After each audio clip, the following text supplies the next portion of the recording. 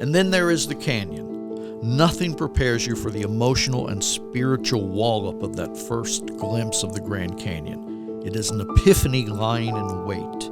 You approach through a screen of forest until suddenly everything you thought you knew, everything that seemed safe and comfortable is snatched away, and you teeter on the edge of ruin. You stand at the end of the world and gaze toward the beginning.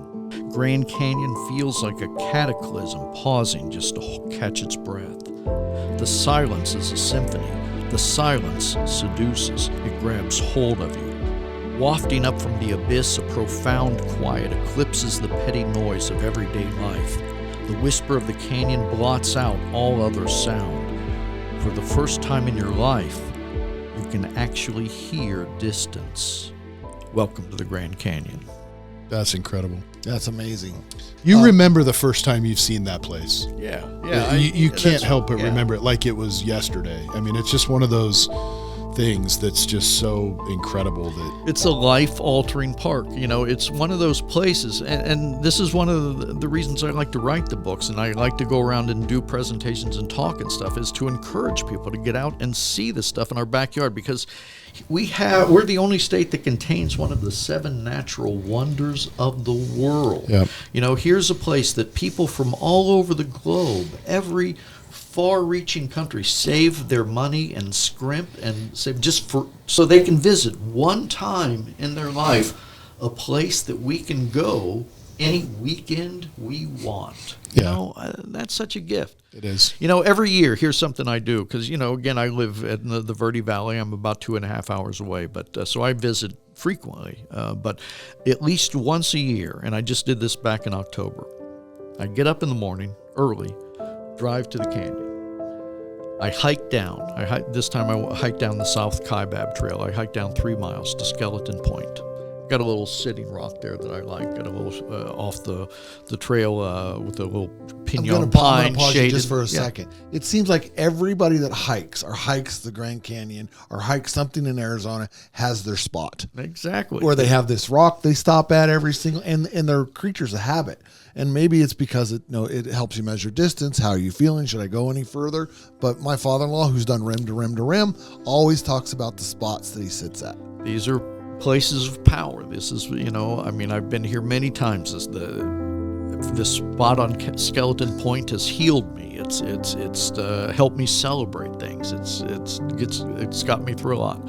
So I sit, I have a little snack, I hang out for an hour or so. I watch the ravens ride the thermals. I watch the cloud shadows sweep across the cliffs, and then I hike back out and I drive home in time for dinner. And you know why I do that? Because I can.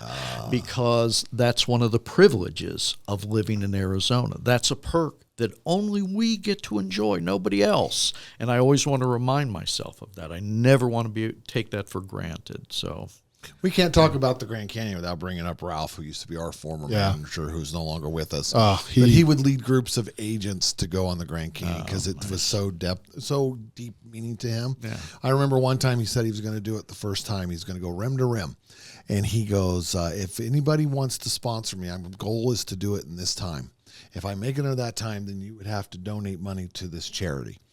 We covered his door with checks and dollars, and of course he made it. Yeah. Right? Of course he did. Yeah. He talked about that place spiritually. I mean, he did. Yeah.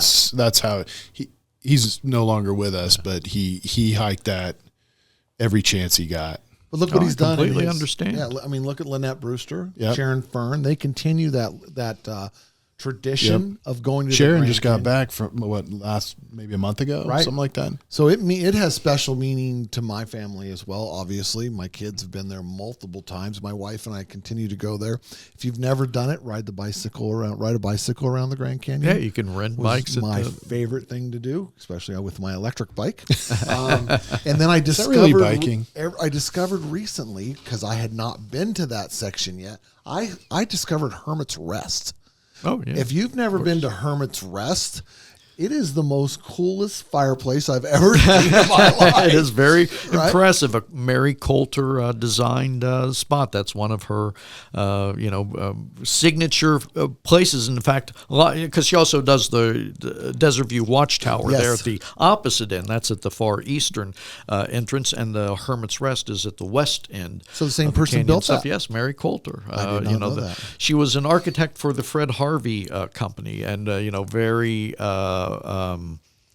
groundbreaking, because obviously being a woman architect back in the early 1900s was not common. Her the first building she ever built on her own was next to the El Tovar. There is the Hopi House. Okay. She built that.